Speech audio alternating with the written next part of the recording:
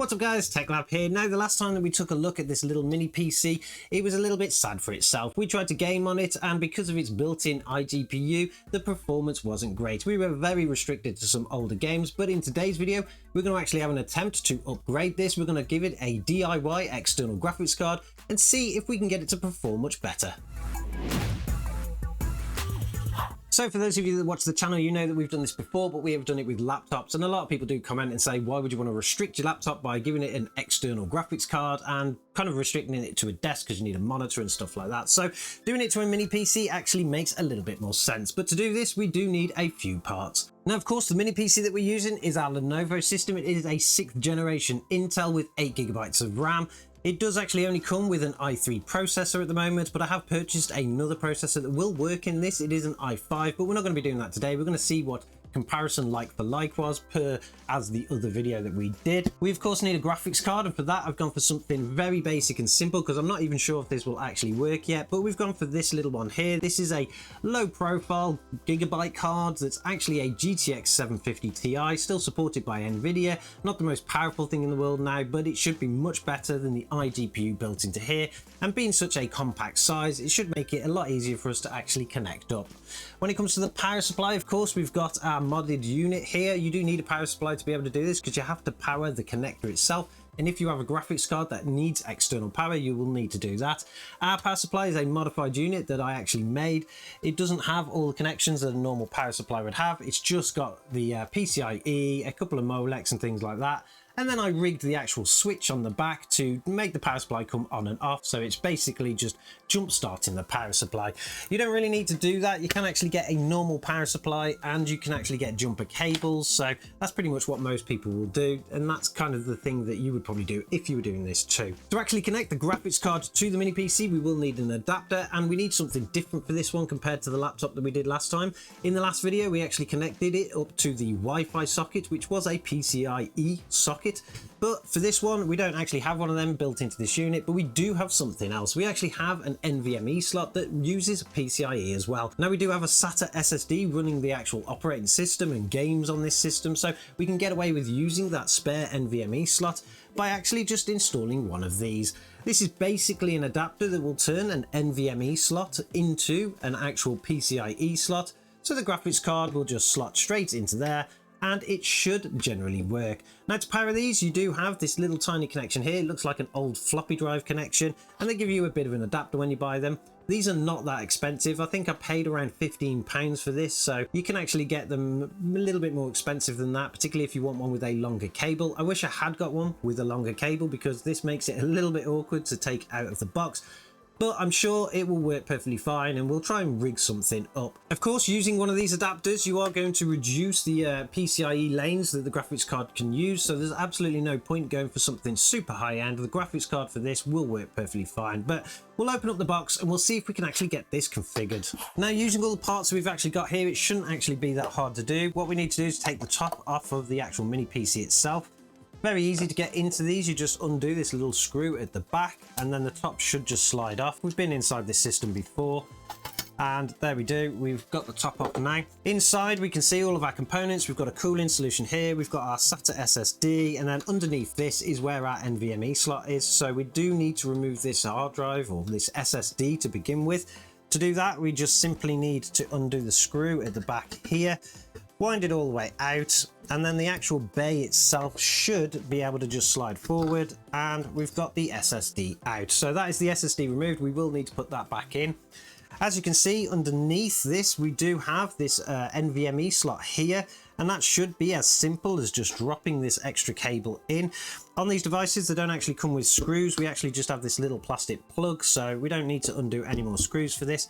But we just simply need to drop this into here, slide it into place. We'll flip the cable over, and then just to make sure that it all stays in, we will drop that little plug down. So that is the cable now installed into the NVMe slot. It is a 280, I think the size is, of the actual card. Although if you do look at the card, you do have extra placements to be able to screw it down for the smaller slots and things like that. So they actually think of everything when you do that. Then once we've done that, we will need to just tuck this cable in and managed to get our hard drive or SSD slid back in. This is not going to be the easiest thing because now we have got a cable on the side here, but all we need to do is push that back there. We've got the cable out and we'll put the screw back in. Now, unfortunately, we can't put the top back on this because obviously we've got a cable sticking out of here now, but if you were to actually do this kind of thing, I would suggest getting a longer cabled version. They do go up to around 30 centimeters, I think, which would be more than enough for this. This is only a 15 centimeter cable. That would be double the length, so we'd be coming out to about here, and you could probably cut a nice little slot in your case to have this come out and then mount it to the top like that. Obviously, we don't have that capability at the moment, and we're just going to see if this works. I'm not 100% sure if this little mini PC will work. Not all mini PCs or laptops will actually take these devices. It completely depends on the manufacturer. Some of them absolutely lock those extra ports down so that you can't actually run anything else apart from the device that it's designed for, like a Wi-Fi module or an SSD storage drive. Some of them are actually completely open. It's just literally a PCIe slot, so you can just get away with putting anything in it. And others, if you're fortunate enough, will actually have a setting in the BIOS so you can switch between. We will find that out though once we put it all together and give it a test, but for now what we need to do is of course drop the graphics card in here. We're going to just have it sitting on top for now. There's not a lot more that we can do about that. And then of course we need to power that card by just simply plugging this in. This is actually the easiest step of the whole lot, and it goes to a SATA connection. So luckily we do have that on our power supply, and it should in fact all work. But of course we're going to have to get a monitor and give it a go. Okay, so we've got everything hooked up now, it's all plugged in and it should just work. I'm hoping that this little system will actually auto detect the graphics card as a PCIe device, but if it doesn't, we might have to go into the BIOS and enable something. The only way that we'll find that out is obviously by turning it on and seeing if we get a display picture. Our monitor is plugged into the graphics card, but the first thing that we need to do is of course enable that graphics card first. So we need to turn our power supply on. That will actually give the power to the graphics card itself. We can hear that it's actually come on. The graphics card is spinning up really, really fast because nothing's actually detecting it there at the moment. And then we just need to hit the switch on the device and see if we get a picture. The graphics card has actually slowed down now. The lights have come onto the unit and the keyboard and mouse have started to light up. Hopefully, if the system is booting now, we do get a picture through this. And there we have it. The monitor has actually come on. So hopefully we get a display. So there we've got the Lenovo screen. So that graphics card is actually being read correctly. Going to do some preparing and auto repairs and stuff like that. But what we'll do is we'll get it into Windows. We'll install the latest drivers for the GTX 750 Ti, and we'll see what kind of gaming performance we get. Now, the last time that we tested this little system using the eGPU, which I believe is an Intel HD 530, we couldn't get any kind of modern game playing on it. We did try Tomb Raider from 2013 and it just simply wouldn't play, or you just could not get a playable experience out of it, even if you drop the resolution down to things like 720p. So we resorted in going even older and less demanding. So we tried Tomb Raider Anniversary, and we could actually get a reasonable playing experience out of that, but we did have to drop the settings to low and we had to run it in 720p to even get anywhere close. We also tried Half-Life 2, which as we all know will pretty much play on anything, and we managed to just about get around 60 FPS in a 1080p high setting. So let's try one of those games first and see if we can actually beat it. Let's see if this GTX 750 Ti is working properly and see what kind of performance we get. Now, before we even go any further in this game, we can see that we're currently getting around 350 frames per second, which is absolutely amazing. So clearly this graphics card is working, but we'll head over to the settings and we'll see what we've got configured. In our video settings here, we are running in 1080p, which is exactly what we want to be in. We've got our VSync disabled and pretty much everything turned on high. The only thing that I haven't really turned on here is anti-aliasing mode, but this is exactly the same configuration that we had before. And remember, we could just about get 60 FPS on it, so let's just jump into some more of the game and see how far it goes. Now in the corner we can see that we are definitely getting over 300 FPS here, so this GTX 750 Ti is actually working perfectly fine. Doesn't seem to matter what happens on the screen, we still only drop to around 200 FPS if we actually have lots of things happening. We'll just go through this little bit here. For anybody that's played the game, they will know that we're in Ravenholm. It's somewhere where you do not want to go, or at least they don't recommend it. But everything seems to be running perfectly fine. It's really, really super smooth. Even with the explosions going there, we're just dipping down to around 172 frames per second. That means that this game is absolutely more than playable. You could probably increase it up to 1440p and it would still look fantastic and it would still play perfectly fine as well.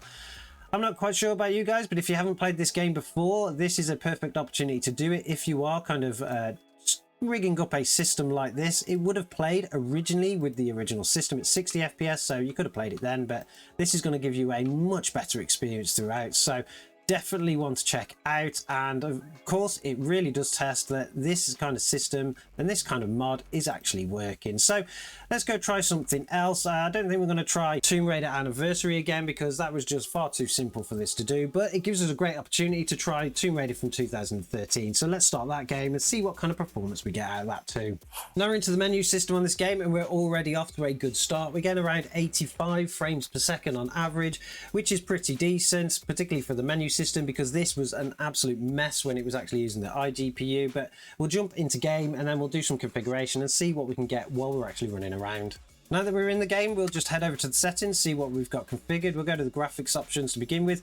So we are running in a 1080p resolution. Quality is currently set to normal. That's perfectly fine. The game looks great like that. We'll head over to the advanced. We'll see what everything is turned on.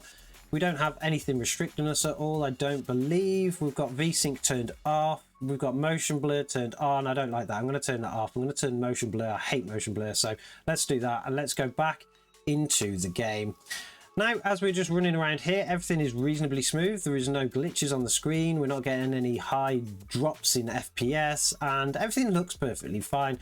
I think you could probably boost this game up to high. Maybe we'll try that in a minute. But the first thing that we'll do is we'll try to get our bow and arrow out here. We'll fire it over there. We should be able to then go down this rope.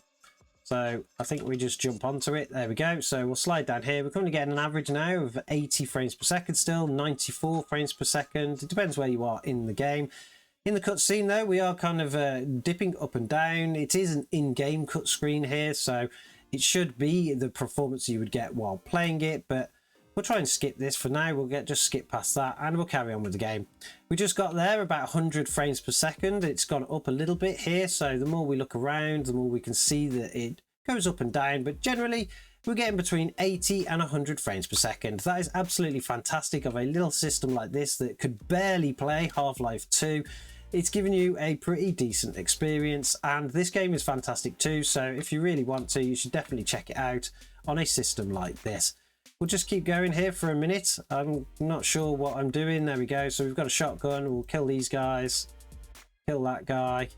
There we go. We've killed everybody now. We'll run around here. We're still getting an average of 90 frames per second. It's looking pretty good.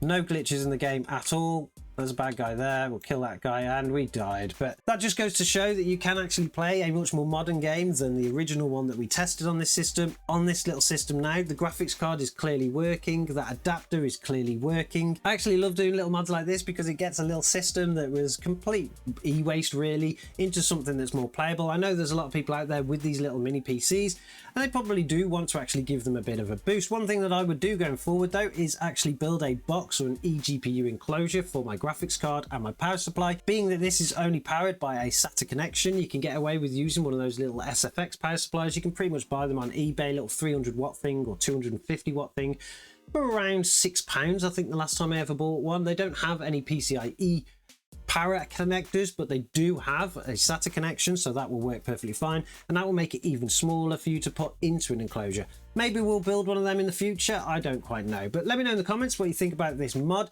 Have you actually learned something to be able to do yourself? If you have and you do kind of hook this up, I want to see that too, so make sure you join our Discord server and share all those mods out there. I'm going to continue to play this game on this little system. It's not very noisy. It's not actually producing that much heat. It's a fantastic experience. So don't forget to subscribe to the channel, and I'll catch you guys in the next one.